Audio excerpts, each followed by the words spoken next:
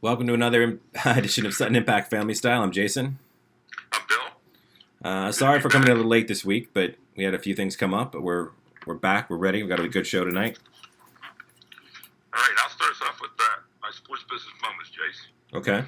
So there's a survey among the sport business journal sports executives and other people in the sports industry, and I'm on the panel, so I answered all these questions.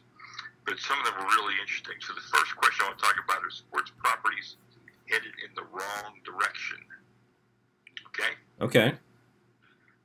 The number one response was the NFL, and 57% of all the executives felt the NFL was headed in the wrong direction. Wow. And interestingly enough, 46% felt NASCAR was the other one. They're both in bad places. Did they specifically say why they felt the NFL was in a bad place? The anthem, merchandise sales are down, television ratings are down. The relationship with the players is not good. Goodell contract situation, lots of things. Yeah. So I couldn't agree with it. At the same time, conversely, now listen to this. What's the hottest sports property? I assume soccer and the NBA. The NBA was number one with 64%, Wow. which was double the NFL, which was 32, and MLS was 31. That's incredible. Yeah, you could select three, and that's where the three were. Buying a franchise in which of the following leagues would be viewed as the wisest investment 5 years from now? Number one, NBA, 39%. That's Most effective commissioner, top executive, 64% said Adam Silver, 10% said Rob Manfred, 8% said Don Garber. what percent said Roger Goodell? Less than 8%. Wow. Yeah.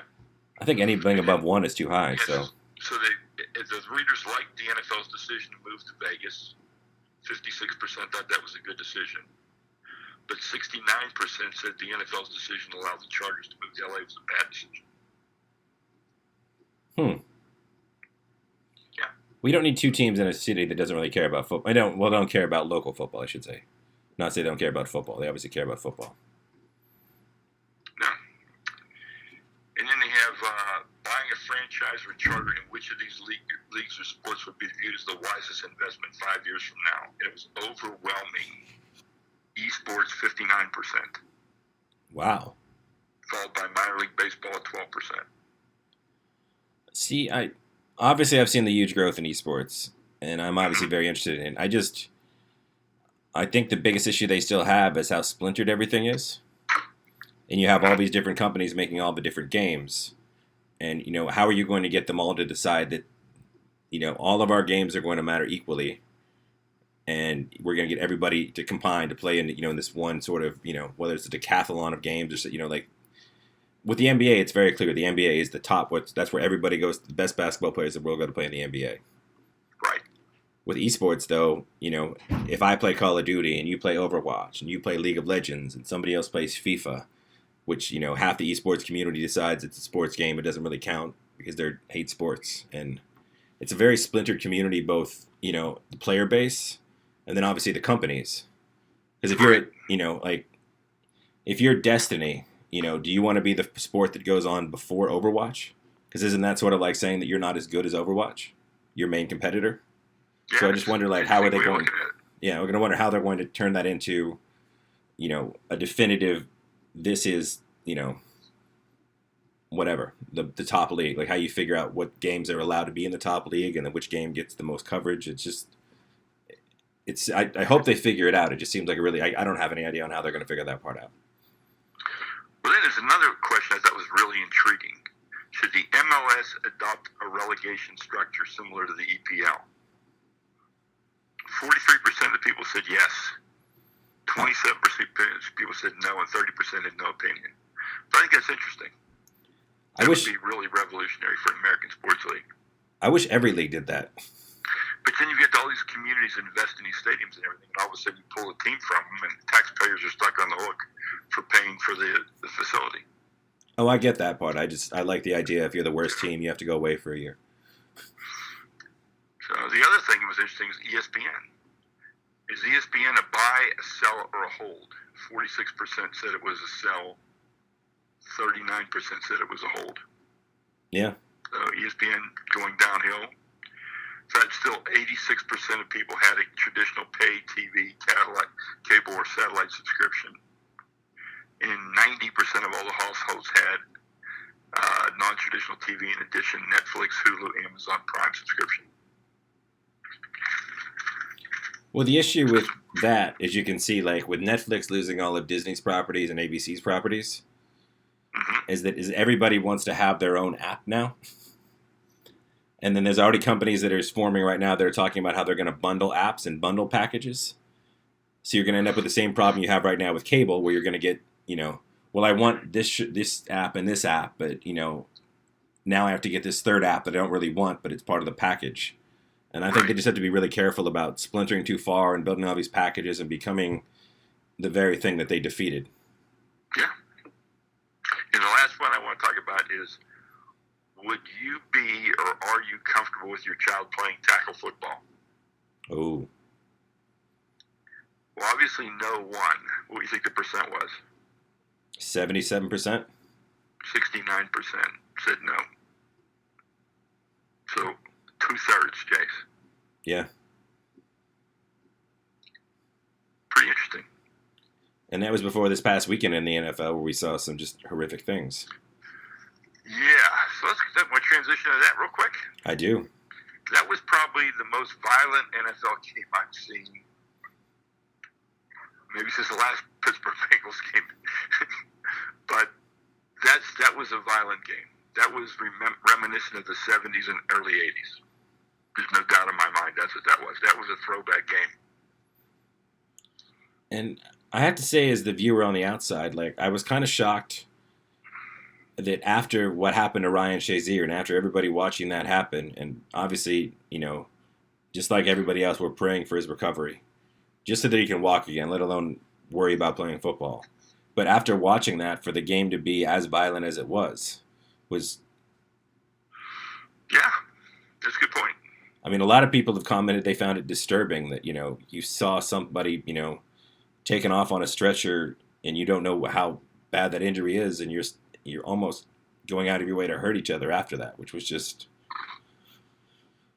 I know, it was crazy. It was unbelievable. And then, the one I could understand the most was that last hit on Antonio Brown, because it's tying up the game, and the game is getting away from you, and you were trying to hit him as hard as you could to separate it from the ball, but it was still such a wicked, nasty hit. It was almost like a George Atkinson, Jack Tatum hit. And that hit was reduced to a fine. It's no longer a suspension as of today. So he didn't get a suspension for that? He initially got a 1-game suspension. He appealed, and he ended up with just a fine. I don't remember what the actual fine was, but he didn't get suspended anymore now. See, now look at Gronk, Juju Smith, and that.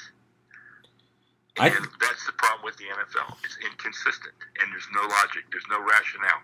Right, and even leaving race out of it, obviously Gronk being a white player and the other two being African-American players. And I know anyone who's listened to this podcast knows I'm not a Patriot fan, but I thought what Gronk did was the worst of the three. Sure, the play was over. The defenseless player was laying on the ground, out of bounds, and he dove at his head. The play's over, and you deliberately launch yourself at him and lead with your elbow and hit him in the helmet. And he has a concussion now. Yeah. Like, I don't see how that's a 1-game suspension. I don't either. That was deliberate. That was malicious, premeditated, and deliberate. Right. And of all the Patriots, he is the one that I've always sort of liked, just because I feel like he is what he is in sort of that Manny Ramirez sort of way. Like, yeah. It's Gronk being Gronk. Yeah, but that play was not... But that wasn't Gronk being Gronk. No. That was out of hand. And like I said, I'm shocked that's a 1-game suspension.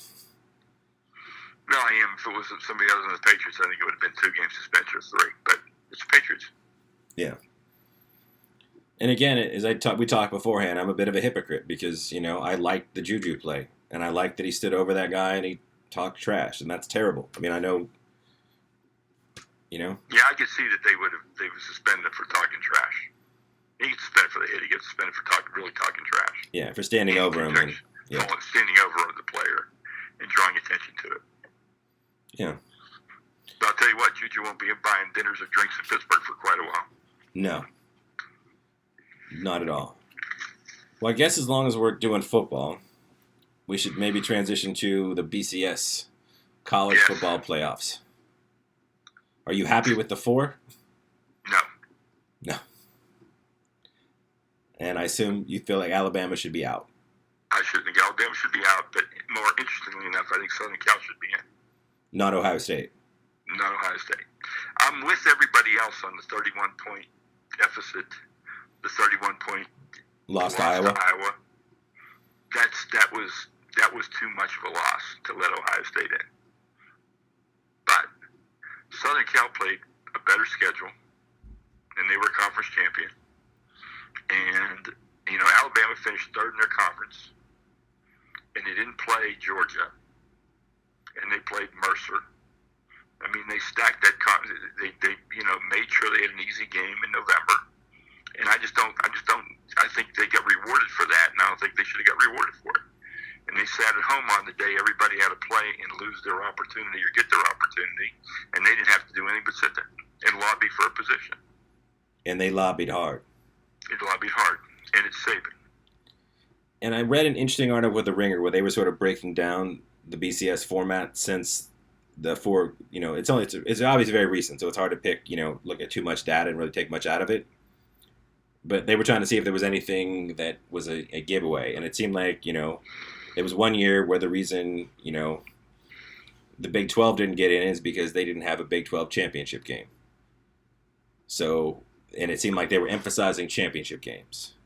And then this year, Alabama didn't even play in a championship game, and they still got in. So it seems like it's not very consistent as to what they decide is the criteria and isn't the criteria. So. No, which is totally wrong. Totally wrong. And I just talked about one article. Let's talk about a different article. Peering into 2018, gifts that will improve lives and livelihoods, which was in the Sports Business Journal, and it was written by someone we know, you. Yes. And interesting enough, so I posted that article so people could read it for free. I posted it on LinkedIn, I posted it on Twitter, and I posted it on Facebook. So I don't know what the circulation of the print copy is or the e-copy. Right. But on LinkedIn alone, it's been read 5,890 times wow. since Monday. And that's the only social media I have that has analytics. I have to, if somebody else knows how to do it, let me know. And I'd love to find out what my Twitter and Facebook circulation was on it. It is an issue because you never really figure out even with our podcast, we put it out on so many different platforms that it's hard to actually figure out who actually listens. But it is nice to know that when we're late a day, people do notice. So I do appreciate that. That's right. And we apologize for being late, but there were just some things that were just out of our control. And your article is in a format that people today love to read, which is a lot of short, to-the-point points. You gave out a number of gifts. Yes, I gave out gifts that I thought would improve the sports world over the holidays. And the first one, the gift of understanding, part 1, has something to do with also somebody just signed a new contract. You had Roger Goodell, right? Up to $200 million contract, and maybe he got the free plane for life or not. We don't know that. But yeah, I just think that the whole NFL thing this year is, I look at Adam Silver, I look at the NBA, and what I see in the NBA is a partnership between the players and the owners in the league. What I see in the NFL right now is adversarial. There's no understanding. There's no acceptance of either side. It's just not coherent, and it's having an impact. And it's having a real negative impact. So I would like both parties to get some understanding of each other's position and understand how to work together and improve the league. And I think the one thing I really like about the NBA, and I think about this is, when I did my film, I made sure that my contract that I signed with all of we didn't end up making a lot of money because our movie got pirated a number of times, but that's neither here nor there. But I made sure that, if I made money, that everybody that worked on my crew made money, every crew member made money. Right. And it seems like the NBA realizes, it's not just the people at the top. It's a universal, the players are just as important. and they deserve a share and they deserve a say. And it's insane that the NFL and other businesses around the world don't seem to want to do that. No, I mean you're producing a product, and the players are instrumental in producing that product. Right, and you listen to the way the Texans owners talk, and he doesn't seem to think that, no matter what he says. It's funny. I was talking to somebody today while I'm here in Phoenix, and we were talking about how important it is for the employees of an organization to feel good about where they work. And I said, there's actually a book written by Hal Rosenbluth called The Customer Comes Second. And if you apply that to the apply it to the NFL, the customers are the fans, the viewers, and everything else. And the premise is if the employees, who are the players, aren't happy, then it impacts the experience that the customers have. And I see it really bearing out this year in the NFL. I was like, that seems crystal clear. Yeah. Without a doubt. No, totally. And I don't know if I'll go through the entire article, but, the gift of numerology, which I think we talked about earlier. So what we've hinted at that here, like how, is there a system that accurately can rate what's being consumed, right? Right. And I don't think there's just not one system now that measures all the ways that, and to stay with the NFL, all the ways that people consume the NFL. And people don't watch, I sit and watch every play of the game I'm watching. And I'm the minority, I know that. Oh, I know too. There are people that would never, ever watch every play in an NFL game. There are people that watch their players, they watch the red zone, they check in on ESPN, they check in on Bleacher Report, they check in on NFL Mobile. And there's got to be a way to aggregate all those things together to say this is the value and number of the people watching the game or consuming the game. I wouldn't say watching the game anymore. I think it's a misspoke to say people watching the game. It's people consuming the game, and that's probably the best way to talk about it. But it's not there. No, definitely not. And again, I mean, like I know people that they can't access DirecTV. And I've seen people watch games on Periscope on their phone. Yeah. Which are obviously watching somebody else's feed through the phone. I mean, it's, there's just a million ways to... everything else. Yeah. And it's not tough to type in, I've watched the Steelers in Mexican, and in Spanish before when I couldn't find a way to watch the game. I watched them on the internet through a Spanish channel. So, I mean, there's no way they knew I was consuming the game. Yeah, it just is what it is. We got to figure out a way. We'll talk about my gift for LeVar. Well, actually, I was just going down in order, but the next one is another football one, and I would like to see this. The gift of resolution. Because Colin Kaepernick, it's been the whole season, and you basically said, give him a session with John Gruden's QB camp. Yeah. Let John Gruden run him through, and let's see if he can play or he can't play. And let's give him a shot. Let's resolve it. He either can or he can't. But everybody's Sportsman of the Year in SI, or it's not Sportsman of the Year, it's some award in SI, another award in Time. I mean, obviously people have compassion for the stand he took. So let's just say, okay, let's evaluate him as a football player and separate it. And if he can play and be a social ambassador. If not, fine, let him still be a social ambassador. But let's resolve the problem. Yeah. And then I guess the other NFL one here that is a big one that we've talked about forever is Thursday Night Football. Yeah, I just don't. Jason, there's just so much on. And I really feel I feel it's almost impossible. I know that when you play Thursday, you don't play again until a week from Sunday. But that's on the back end. Right. You still played on Sunday. And sometimes we've seen you played Sunday night and play again on Thursday night. Right.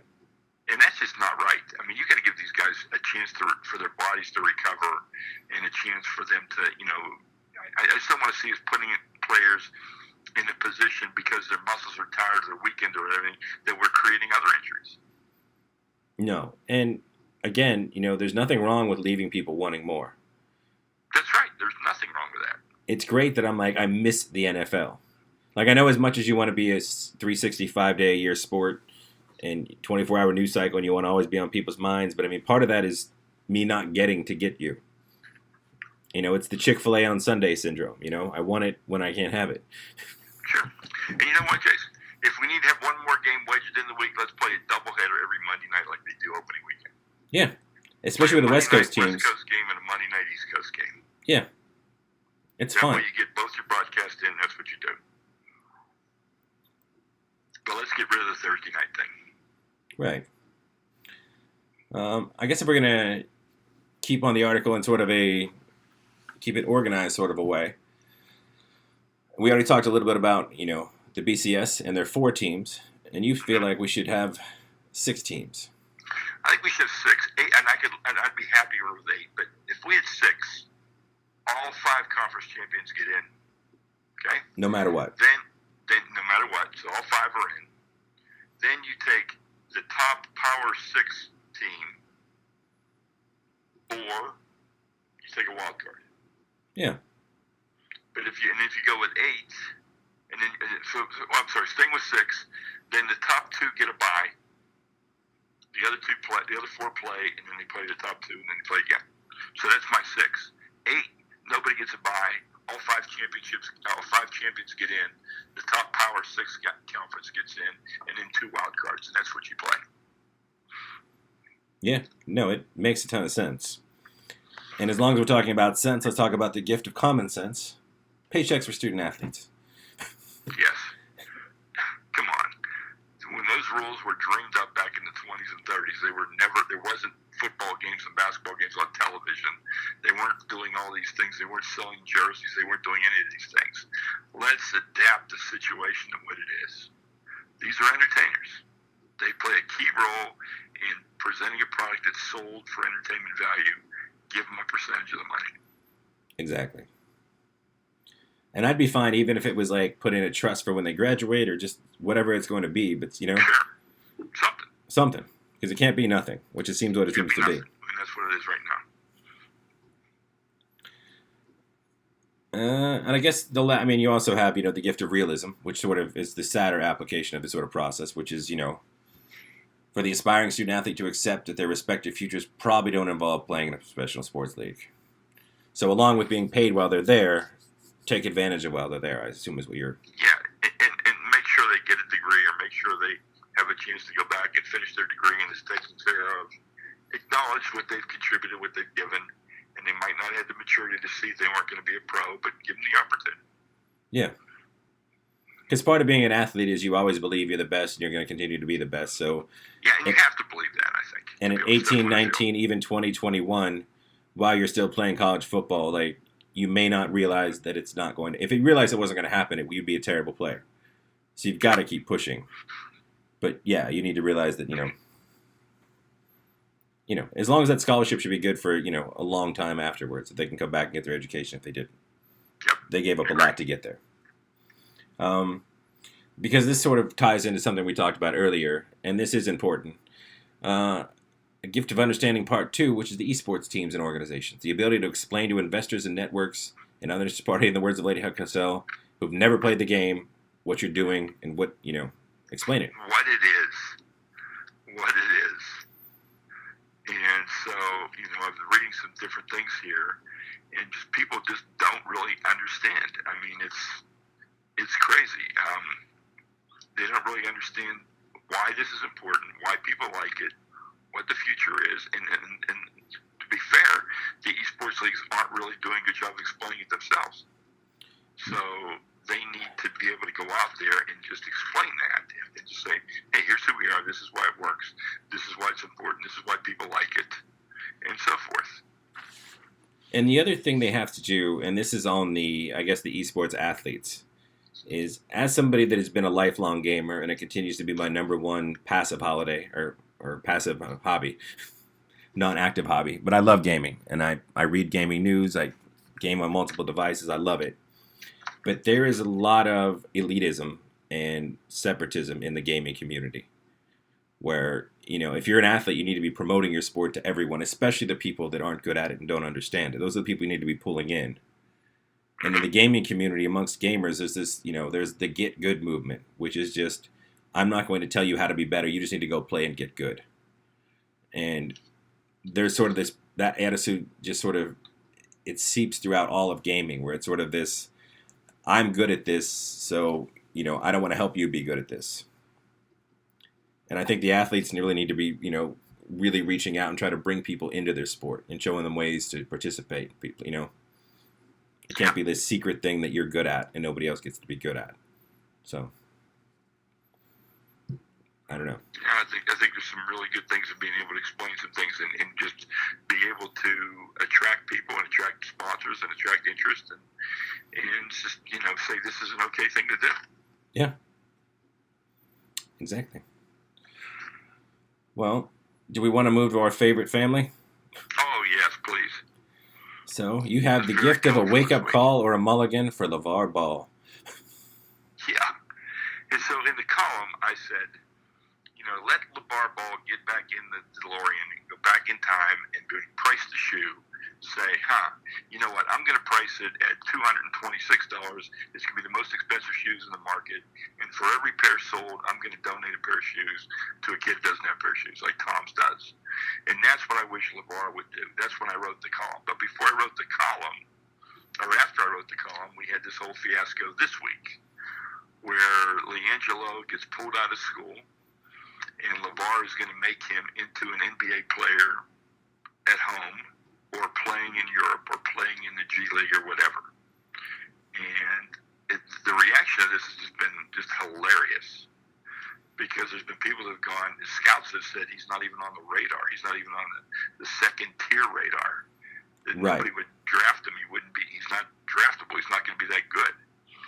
And LeVar is just delusional on this. I mean, he's just, I think Christmas came early for UCLA. For Steve Alford and Dan Guerrero, I think they got a reprieve here, saying, "Whew, I don't have to deal with LeVar Ball now the rest of the year." Yeah. No, he's. And then we had the legislation or the rule that the Lakers created or the NBA and the Lakers created that you can only interview players, you can't interview family members or non-playing participants now post-game because now you get, they created the problem themselves. They gave LeVar Ball a platform every game. I mean, he was the Kardashians. Yeah. On primetime network TV. So they created their own problem. Then they had to create a rule to get rid of the problem they created. You can't have it both ways. No.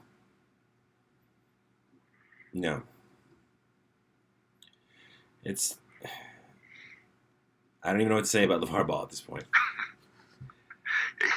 I got to tell you, when I started off comparing him to Dennis Rodman and Don King and P.T. Barnum, I think he's outdone all of them. I mean, I just think he's the most outlandish person, place, or thing I have ever come in contact with. I've noticed with his rhetoric, though, he doesn't have a tail. He gave you everything. That's all he is. And you got it all in one big dose, and now you just keep getting it over and over again. There's nothing else behind it. And I think that's disappointing, Yeah. So I think, I still maintain that Twitter expanded the number of characters because of Trump and LeVar Ball. Quite possibly. It's crazy. And I think, I think everybody should obviously go read your article. Yeah, and it's available. Just look for my Sutton Impact U on Twitter, or go to my Facebook, or go to LinkedIn, and you'll see the links there, and just read the article. But I also feel like we should. I'll send you the link. Yeah, but I also feel like we should just, at least for the people that don't want to read, because it's 2017, and apparently that's become difficult.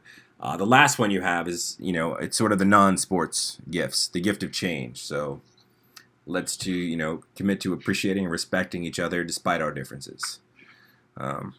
Compensating first responders in a way that shows respect for what they do to keep us safe. And I was sort of shocked today. I'll pause for a second because I read one of the cops from the Pulse shooting in Atlanta is being let go. They didn't really specify as to why he was being let go, but in the middle of that article, they said that, he was making $39,000 a year. Yeah. And I think about what teachers make and what police officers make, and you think about the economy today, and it's $39,000 a year to be a full-time police officer. It's crazy, right? And to be a teacher in Oklahoma, you start at $28,000. You can't live on $28,000 a year. No, you can make more than $20,000 at McDonald's. And these are the people that we have teaching our kids kids and trying to make. We're not investing in the future. The future's the kids, and we're not investing in our future. It's an embarrassment for a first-rate country like the United States. Incredible. And that was basically the third one in your non-school was, investing in education and paying our teachers accordingly because, we just went over. Yeah, absolutely. And then obviously the last one you have is not only giving gifts to friends and families, but to the less fortunate in a meaningful way. Yes.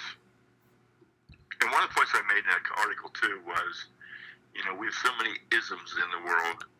To spend a day with a Special Olympian and really see the beauty of what a human being can be. Without a doubt. And that's just something special. All right, we've been heavy. Let's talk about food, Jason. Let's talk about food. In Phoenix today, I ate at Lou Malnati's Chicago Pizza. It was tremendous. But then I walked down the street to Shake Shack, and I'd eaten Shake Shack in London. And I'm a big Shake Shack fan. And so I walked into Shake Shack for my dessert, and I was going to get a shake. And I saw that Shake Shack has the holiday shake collection. So they had a frozen hot chocolate shake, they had a chocolate peppermint shake, and they had a Christmas cookie shake. Mm-hmm. And I had the frozen hot chocolate shake, and I have to tell you, it was amazing. With cocoa and a marshmallow in it, it was tremendous. It was great. It sounds and that's delicious. my food moment. If you're near a Shake Shack, go get a holiday shake. And sort of in a non-food moment, but next week I will have a food moment. I live in this amazing food city, and I need to make sure I get out and try a few more places. So I'm definitely going to make sure I try a new place for next week so I have a good food moment. Good deal. I've got a long list on my phone of the people keep telling me about, but I'm actually going to get out there and do it this week, so promise. All right, what else we got? We tonight, that's a long show, I think. Yeah, it's it's a little over 30 minutes, yeah. I didn't have much time to watch TV or get excited about anything this week, so I'm also gonna get back on that soon. I'm kind of looking forward to the Steelers-Ravens game on Sunday night. At the same time, I'm not looking forward to it because the Steelers got so beat up the other night. I would not be surprised to see the Steelers lose to the Ravens on Sunday night. No, I could very. You're starting middle linebacker or starting inside linebacker, and then you lose your backup middle linebacker. All in the same game, you have William Gay coming in as a safety playing linebacker, so he can call it because he's the only one that understands the defense enough to call the plays. I think it puts you in a bad position. Yes, and sticking on the Bengals are the Bengals, and right. Self-destruct. And sticking on Steeler corner for a second, I do feel like even if they can withstand the emotion and win one for Ryan this week, that after playing the Bengals and the Ravens, it's probably not going to be the best time to play the Patriots. Not trying to build an excuse. I'm just saying, one of these 2 weeks is probably going to be a physical, emotional letdown game for a team in that sort of position. So. No, but again, it brings me to this same thing all the time. The Steelers play four games against the Bengals and the Ravens every year, and they're 4 wars, right? Mm-hmm. Who do the Patriots play that is like a war? The Jets.